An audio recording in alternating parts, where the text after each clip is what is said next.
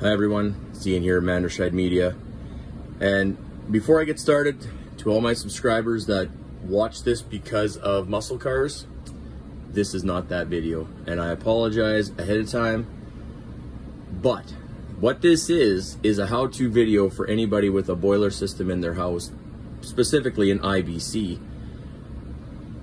And I couldn't find the video I needed last night, so that's why I'm making one. So I promise there is more car videos coming.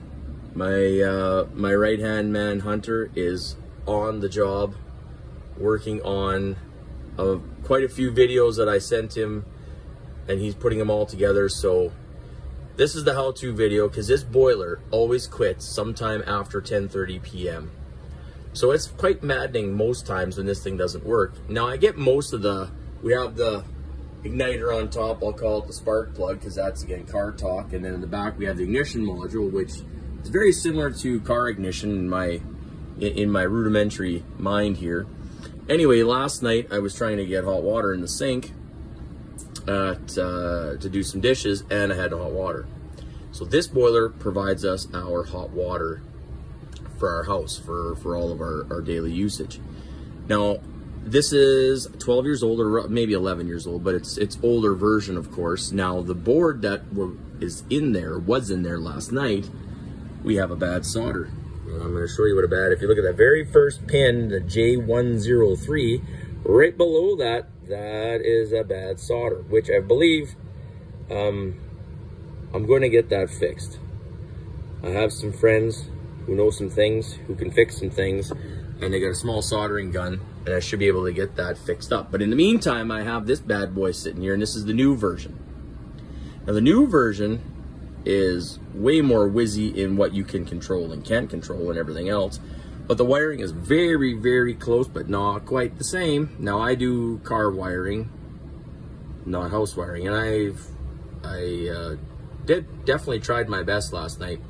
We had to use the fireplace. I didn't quite get it. I had to phone a friend, and my good friend Scott came out and sorted out this wiring because I didn't quite compute what was going on, and I'll show you in a second.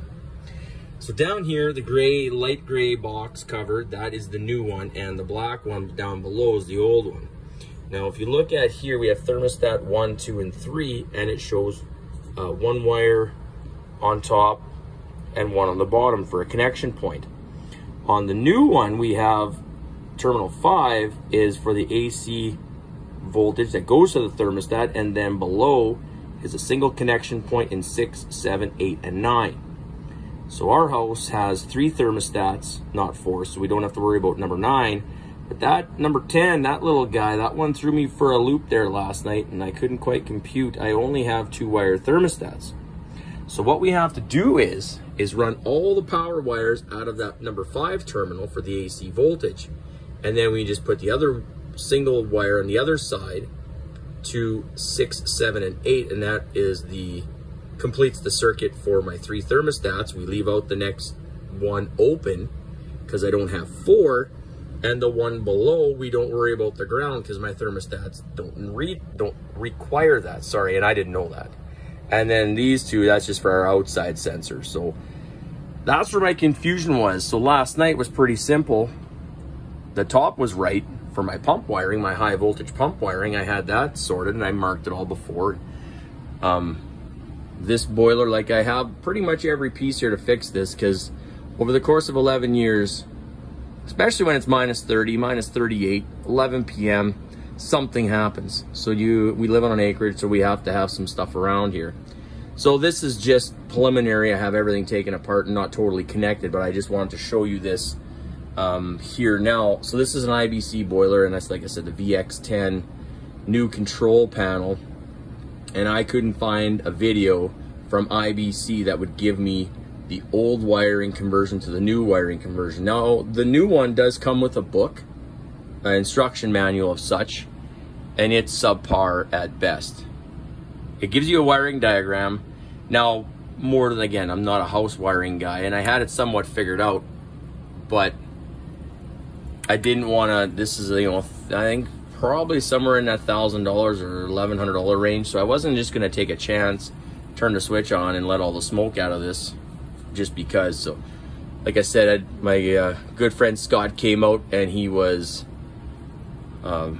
available tonight, which was awesome. So he managed to get us hooked up. But anyway, that's what I wanted to show you. These up here, interlock 1 and 2. So that's the issue that I was having on the other one. So interlock 1 is here and interlock 2 is here. Well, pretty straightforward. It's just a looped wire. I don't run any interlocks as such. So, and that's how it came from, right from IBC. So anyway, I hope it helped somebody out there, even if it helped one person out there. I could not find this video last night to help me.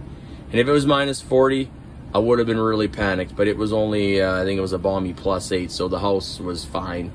Ran the fireplace for a little bit, but there was, the only option this morning was cold showers or no showers. So everybody is thankful that Scott came out, so we have hot water and hot showers and baths tonight. So that's it from me today. Stay tuned for the next car video that's coming up.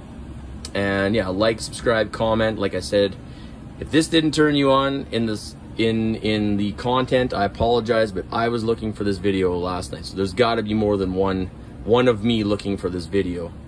So I hope someone could find some value out of this. Have a great night, and we'll see you again real soon on the YouTube. All right, bye for now.